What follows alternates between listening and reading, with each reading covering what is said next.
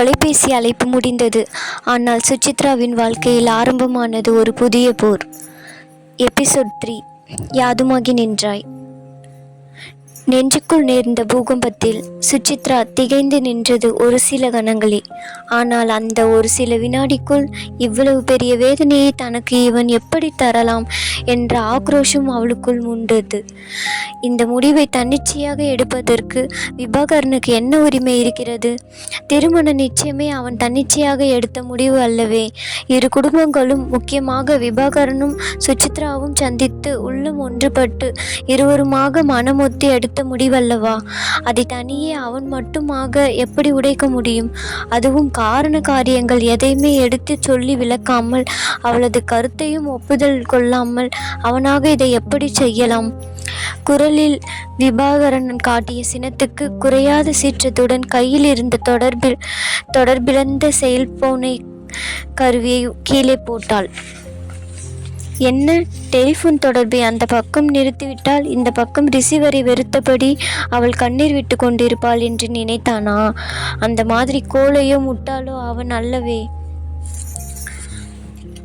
ஆத்திரத்துடன் ரிசீவரை நங்கென்று தாங்கியில் போட்டவள் தன் செல்லில் தனது எண்ணை கொண்டு அழுத்தினாள். ஸ்விட்ச் ஆஃப். இது என்ன நாகரிகம்? பேசிக்கொண்டு இருக்கும் போதே ஸ்விட்ச் ஆஃப் பண்ணுவது? கையில் இருந்த செல்லை கோபமாக வீசி எறிய போனவனை, அமைதியாயிரு சுசிமா என்ற தாயின் குரல் தடுத்தது. யார் மேலோ உள்ள கோபத்தை இத்தினோண்டு கருவி மேல் காட்டினால் அது என்ன பண்ணும் பாவம் என்ற தனத்தின் குரலில் கேலி இருந்தது. அடுத்து இருந்த சாப்பாட்டு அறையில் மேஜையை துடைத்து கொண்டிருந்தவள் மகள் ரிசீவரை போட்ட வேகத்திலேயே எட்டி பார்த்திருந்தாள். 2 நாட்களாக ஏக்கமே உருவாக மணாளனாக போகிறவனின் குரலுக்காக தவித்து கொண்டிருந்தவளுக்கு அப்படி என்ன கோபம்? காதலர்களுக்கு இடையே ஏதோ ஊடல் என்று தாய் நினைப்பது சுசித்ராவுக்கு நன்கு புரிந்தது. விபா கூறியதை பற்றி சொல்லலாமா என்று ஒரு தனம் எண்ணிவிட்டு வேண்டாம் என்று அவளை விடுத்தாள். ஏதோ அவளே அவிழ்க்கக்கூடிய சிக்கலாக இருக்கலாம்.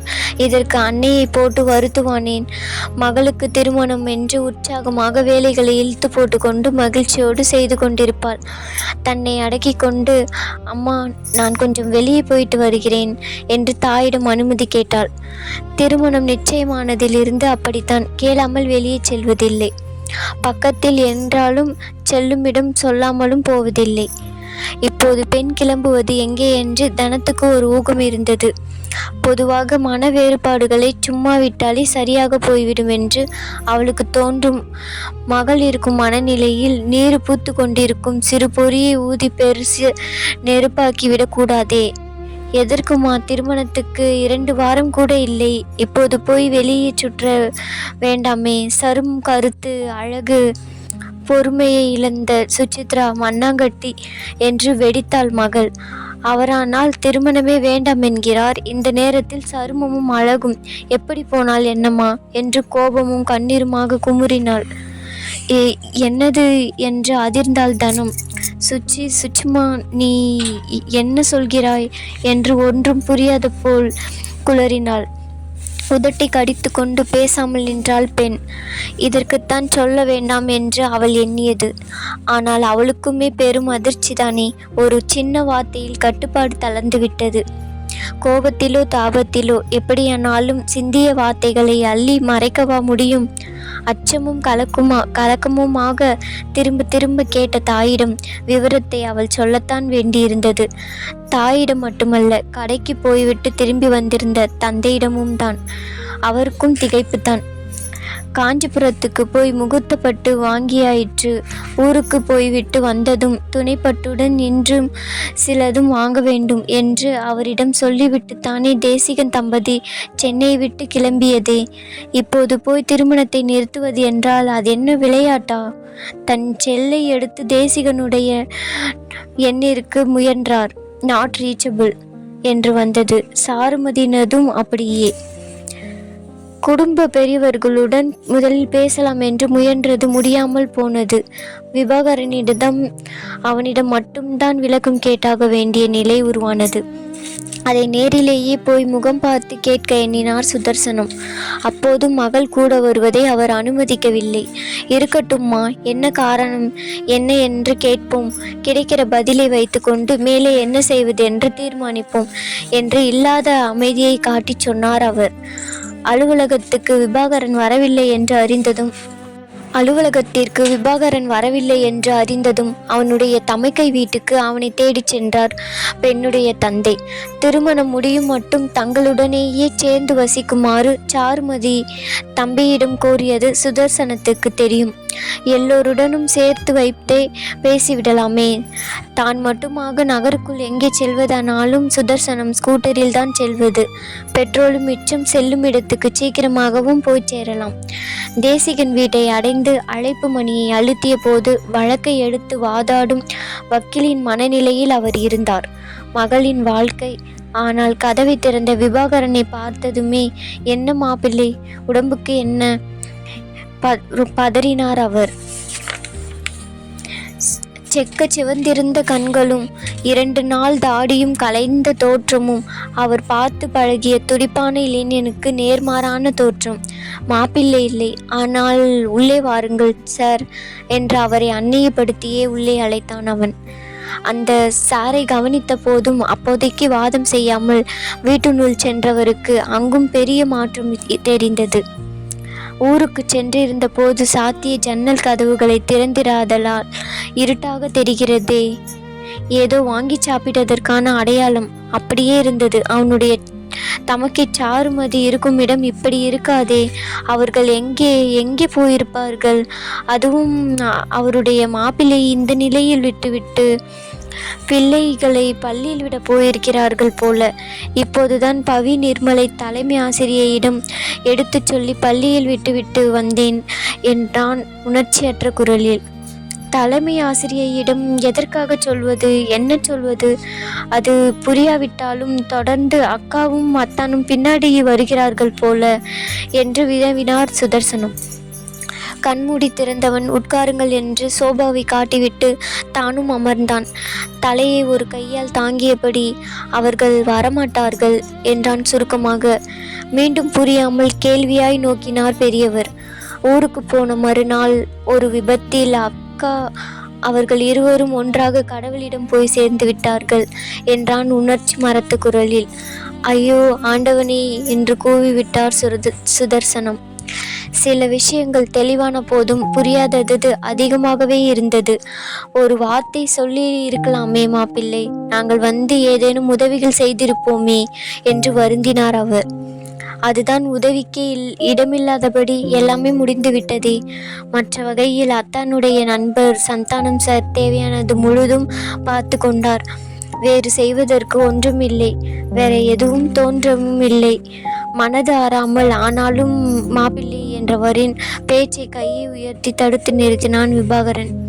ப்ளீஸ் சார், அப்படி என்னை கூப்பிடாதீர்கள். ஒவ்வொரு அழைப்பும் காயத்தில் கத்தியை விட்டு திருகிற மாதிரி வலிக்கிறது என்றான் திகைப்புடன் நோக்கி. ஏன் என்றார் மற்றவர். ஏனென்றால் உறவு ஏற்பட இனி வழி இல்லை. ஒரு கணம் புரியாமல் விழித்துவிட்டு, ஏன் என் பெண்ணின் ராசிதான் இப்படி ஆகிவிட்டது என்று எண்ணுகிறீர்களா என்று சிறு கோபத்துடன் கேட்டார் சுதர்சனம். மறுப்பாக தலையசைத்தான் அவன். இல்லை, இது போன்ற விஷயங்களில் எனக்கு நம்பிக்கை கிடையாது. ஆனால் திருமணம் நடப்பதற்கில்லை என்றான் அதே மரத்த குரலில். இந்த மரத்த குரல் உள்ளடக்கியிருந்த வேதனை சுதர்சனத்துக்கு தெரியாமல் போகவில்லை. ஆனால் சுமையை பகிர்ந்து கொள்ள ஒரு துணை இருந்தும் தனித்தே துன்புறுவேன் என்று அவனது பிடிவாதத்தின் காரணம்தான் அவருக்கு புரியவில்லை. வீட்டில் கலங்கி நின்ற மகளின் நினைவு வந்த அவர் கேட்டார், ஏன் முடியாது? இப்போது உடனே நடத்த வேண்டும் என்று கேட்கும் அளவுக்கு நாங்களும் உணர்வு மறத்தவர்கள் அல்ல. கொஞ்ச நாள் கழித்து செய்யலாமே. இல்லை, நான் யோசித்துதான். அவரும் குறுக்கிட்டு, இன்னும் கொஞ்சம் யோசிங்கள் மாப்பிள்ளை. உங்கள் அக்கா அத்தான் நாங்கள் இன்னும் நீங்களும் சுசித்ராவும் கூட பிரியப்பட்டு செய்த முடிவு. நீங்கள் இருவரும் ஒருவருக்கொருவர் மிகவும் பொருத்தமென்று யோசித்துதானே திருமணத்தை நிச்சயித்தோம். அந்த பொருத்தம் அப்படியே இருக்கும்போது என்றவரை இல்லை என்று அவன் குறுக்கிட்டு நிறுத்தினான். என்னது இல்லை? நீங்கள் சொன்ன பொருத்தம் அது இன்று இல்லை அங்கிள். இல்லை சார், இப்போது நான் அன்றிருந்த விபாகரன் இல்லை சார். தயவு செய்து குறுக்கிடாமல் நான் சொல்வதை கேளுங்கள், அப்போதுதான் உங்களுக்கு புரியும். முதலில் இதை நினைவுபடுத்தி பாருங்கள். எங்கள் திருமணத்தை நிச்சயம் செய்த போது என் நிலைமை என்ன? கை நிறைய சம்பாதிப்பவன், பிக்கல் புடுங்கல் கிடையாது. கார் இருக்கிறது, வீட்டுக்கு பணம் கட்டுகிறான். பெண்ணின் எதிர்காலம் வளமாக இருக்கும். அப்படி நினைத்துதானே என்னை உங்கள் மகளுக்கு ஏற்ற கணவனாக வருத்தீர்கள். ஆனால் இப்போது என் நிலைமை அடியோடு மாறிவிட்டது சார். அக்காவுடைய பிள்ளைகளின் பொறுப்பு இப்போது என்னுடையது அல்லவா? அதாவது புதுமண பெண்ணாக தன் கூடு தன் குழந்தை என்று சந்தோஷமாக திட்டமிடும் முன்னே சித்துவுக்கு இங்கே ஒரு ரெடிமேட் குடும்பம் அல்லவா காத்திருக்கிறது. புது மனவாழ்வு என்ற பேச்சுக்கே நினைக்க கூட நேரம் இராது. பிள்ளைகளின் படிப்பு செலவு, எதிர்காலத்துக்கு சேமிப்பது என்று நான் சம்பாதிக்கிற பணத்துக்கு வேறு பெரும் செலவு இருக்கிறது சார். இது தாண்டி என்னை கை நிறைய சம்பாதிக்கிறவன் என்று உங்களால் சொல்ல முடியுமா? அத்தோடு அக்கா இந்த வீடு வாங்கியதில் வேறு இன்னும் பணம் கட்ட வேண்டி இருக்கிறது. வெற்றி நிச்சயம் என்று கடன் வாங்கி தொடங்கிய தொழில் விஷயம் என்ன ஆகும் என்று ஒன்றுமே தெரியவில்லை. அதற்கு கூட பேங்க் கடனுக்கு பணம் கட்ட வேண்டி வரலாம். எண்ணி பாருங்கள். இத்தனைக்கும் எனக்கு இருக்கும் இத்தனை பொறுப்புகளுக்கும் மேலே நான் சுசித்ராவுக்கு தகுந்த கணவனா?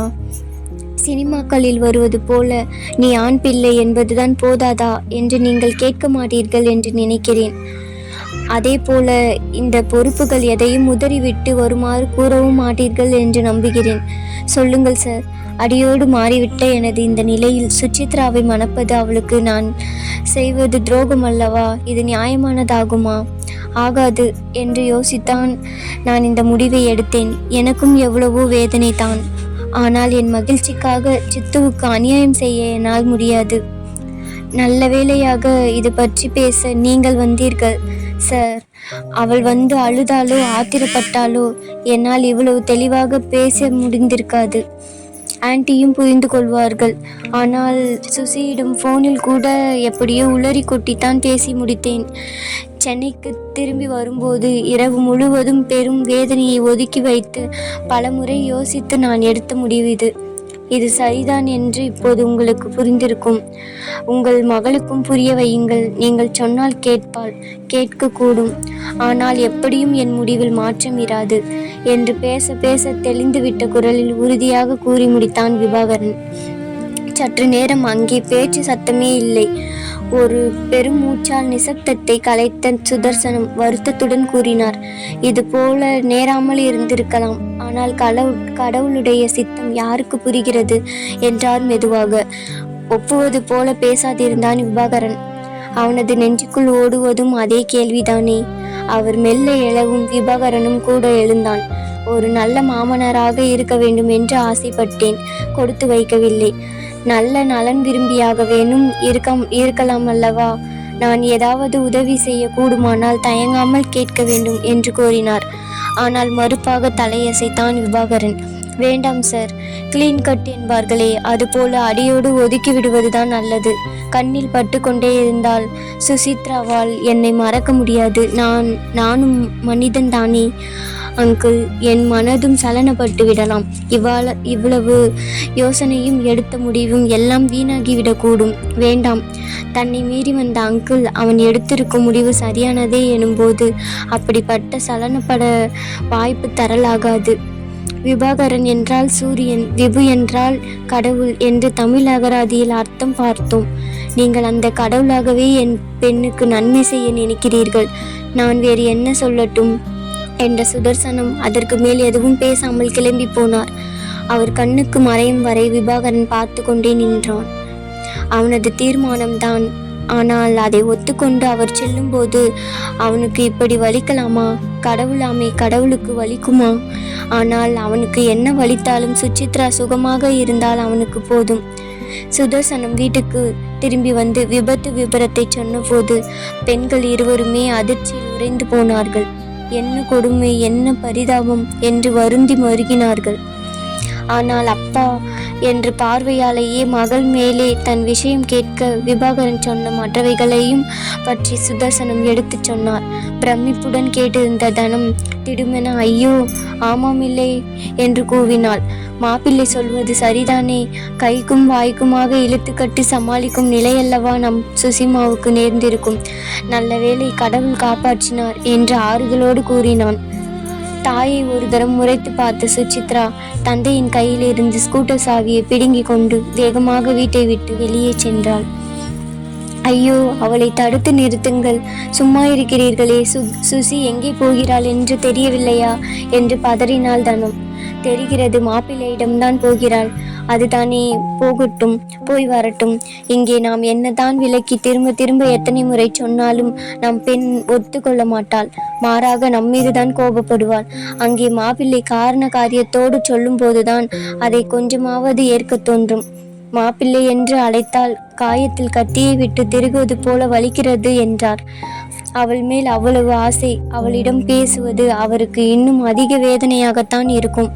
ஆனால் இதை மனதார ஏற்காவிட்டாலும் இதுதான் முடிவு என்று அவர் தீர்மானமாக சொல்லும்போது அதை மறுக்க முடியாது என்பதேனும் அவளுக்கு புரியும்.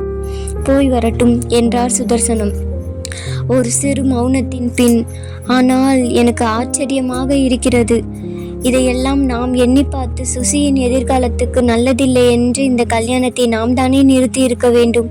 ஆனால் அதை நமக்கு முன்னே யோசித்து மாப்பிள்ளை அல்லவா செயல்பட்டிருக்கிறார் என்று தனம் வியந்தாள். காரணத்தை யோசித்து பார்த்தாயா? நம் மகள் மீதும் நம்மை போலவே ஆழ்ந்த அன்பு அவருக்கு. பெற்று வளர்த்த நம்மை போலவே சுசியிடம் அன்பு இருப்பதால் அல்லவா இந்த தியாகம் பண்ணுகிறார். கெட்ட பழக்கமே இல்லாத நல்ல பையன். பெற்றவர்களை நம்மை போலவே தன்னலம் கருதாத அன்பும் அவளிடம் இருக்கிறது. ஆனால் இன்றைய வாழ்க்கைக்கு இந்த இரண்டு மட்டும் போதாது என்பதால் அல்லவா நாமும் இதை ஏற்க வேண்டியிருக்கிறது என்றார் சுதர்சனம் வருத்தத்துடன். மகளை பற்றி அவர் சொன்னதுதான் நடந்தது. சுசித்ரா எவ்வளவு ஆத்திரப்பட்டு என்ன வாதாடிய போதும் விபாகரன் மாறவில்லை. பணம் காசுக்கு ஆசைப்படுகிறவளா நான் என்று சீறியது. சிக்கனமாக வாழ பயின்று கொள்வேன் என்று வாக்களித்தது. உன் மனைவி என்பது மட்டுமே போதுமே என்று கெஞ்சியது.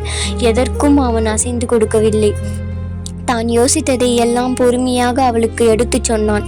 சிக்கன வாழ்வு, அதற்கான உழைப்பு பற்றி உனக்கு தெரியாது சுசித்ரா. என் அம்மா நோய்வாய்ப்பட்ட பிறகு ஒரு நிலைக்கு வரும் வரை அக்காவும் அழுத்து களைத்து ஓய்ந்து கிடப்பதை நான் பார்த்திருக்கிறேன். அதை விடவும் நம் இருவருமாக தனியே சிறிது நேரம் கூட எடுக்க முடியாது. பெற்றோரை இழந்து நிற்கும் பவி நிர்மலுக்கென்றே நாள் முழுவதும் நாம் வாழ வேண்டியிருக்கிறது. கொஞ்ச நாள் தியாகம் போல பெருமையாக இருந்தாலும் நாளாக மனம் ஏங்கி வறண்டு வெறுத்து போகும். இவர்களால் தானே என்று பிள்ளைகளிடம் வெறுப்பு வரும். பிறகு நமக்குள்ளேயே கசப்பு தான் தோன்றும், சண்டை மூளும். இது பற்றி நிறைய யோசித்த பிறகுதான் இந்த முடிவுக்கு வந்தேன் சுசித்ரா.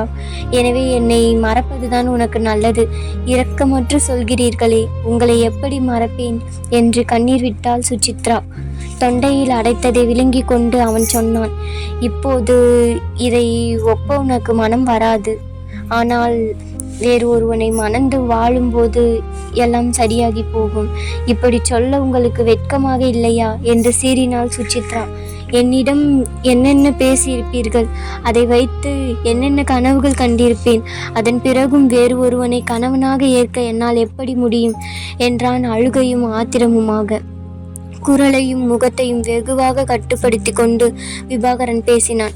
இப்போது முடியாதுதான், ஆனால் கண் பாராது கருத்து மறந்துவிடும் என்பது ஆராய்ந்து அறிந்து சொல்லப்பட்ட உண்மை.